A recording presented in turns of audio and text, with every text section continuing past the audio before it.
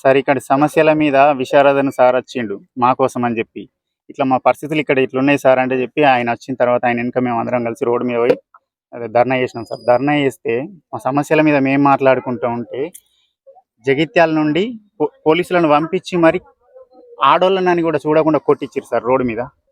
మరి నేను ఇవ్వాల నాకు వీలైతలేదు నేను రాను అని చెప్పొచ్చు కదా సార్. మాకు ఏ ప్రాబ్లం అయినా కానీ మల్యాల పోలీసు వాళ్ళు వస్తారు ఇక్కడికి, చిన్నదానికి పెద్దదానికి. వాళ్ళు ఉన్నారన్న ధైర్యంతోనే మేము ఇక్కడ ఈ 1.5 year నుంచి ఉంటున్నాం మల్యాల పోలీసు వాళ్ళతోనే. జగిత్యాల పోలీసు వాళ్ళు డైరెక్ట్ వచ్చి వాళ్ళు మరి అటాక్ చేసి కొట్టారు. సిఐ గారు అయితే అసలు మరి వాళ్ళకి ఎవరు అధికారం ఇస్తారు ఇంత స్పెషల్గా డైరెక్ట్ కొట్టుడు?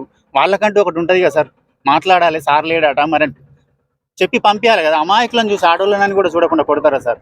ఇది ఆయన పాపం ఏదో వచ్చి మా సమస్యల మీద మాట్లాడుతానంటే ఆయనను గా రకంగా బదనం చేసి కొట్టి ఆయనను పట్టుకపోవడం. దానికి ముందు మీరే రావచ్చు కదా మా ప్రాబ్లం ఏదో సాల్వ్ చేయడానికి. అయితే మేము ఓట్లు ఎత్తలేమేంది మరి అక్కడ జగిత్యాల? మేము ఎక్కడికి వెళ్ళొచ్చిన వాళ్ళమా? మేము ఇక్కడ జగిత్యాల ఓటర్సే కదా, మేము అందరం జగిత్యాల వాసులకే కదా ఇండ్లు ఇచ్చింది. ఇక్కడ మాకు కౌన్సిలర్ లేడు, చచ్చిపోతే పట్టించుకునే మానవులు లేడు, ఇక్కడ ఎవ్వరు లేరు. ఎవరికి చెప్పుకున్నాడు మా బాధలు?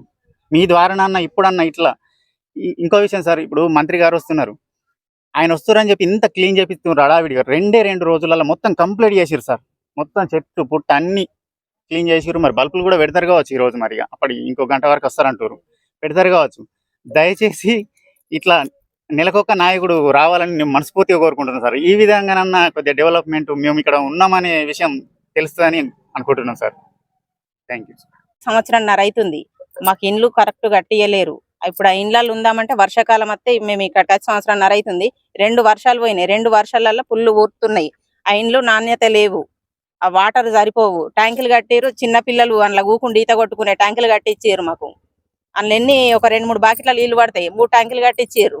ఒక 2 ఫ్యామిలీలకు సరిపోతలేవు. మేము ఉన్నది 2 ఫ్యామిలీలలో, 12 మంది ఫ్యామిలీలకు మేము ఉన్నది 2 ఫ్యామిలీలలో. అలా నీళ్లు సరిపోతలేవు, నీళ్లు రావు, రోడ్లు లేవు, మాకు రోడ్లు బరాబర్ లేవు, కరెంటు లేదు, వీధి లైట్లు ఒక తంబం వదిలేసి ఒక తంబానికి పెట్టిరు సార్ మాకు. అంటే ఇక్కడ జనాలు లేరు, చీకట్లు ఉండని సావని ఏమన్నా గానీ అని అనుకున్నారు. ఇక్కడ మేము ఉన్న గల్లీలంటే మేము అడ్జస్ట్ అవుతాం.